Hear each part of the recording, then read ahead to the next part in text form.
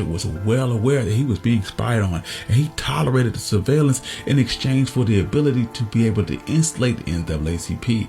Marshall and the FBI were increasingly concerned that communists were infiltrating the NAACP, and Walter White supported Marshall, but White was very sensitive to the possibility of political fallout from a battle with J. Edgar Hoover.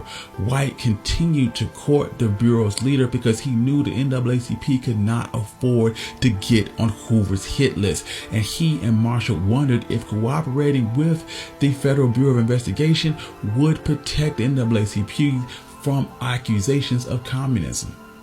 Marshall and other civil rights leaders knew that being associated with communism at the height of the Red Scare would diminish the organization's credibility and damage reputation.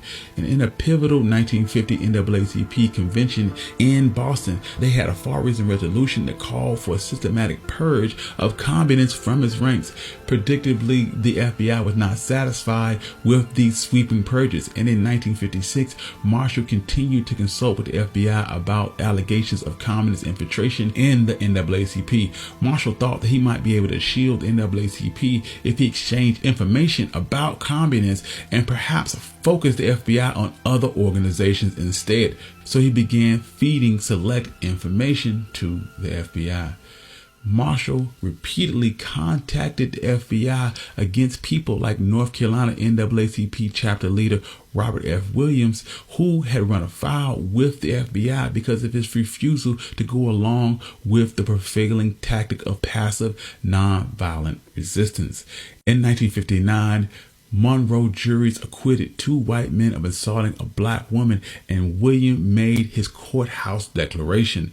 Since the federal government will not stop lynching, and since so-called courts lynch our people legally, if it's necessary to stop lynching with lynching, then we must resort to that method and meet violence with violence. This led to his suspension from the NAACP and eventually led to Williams fleeing from the South and relocating in Cuba. Marshall would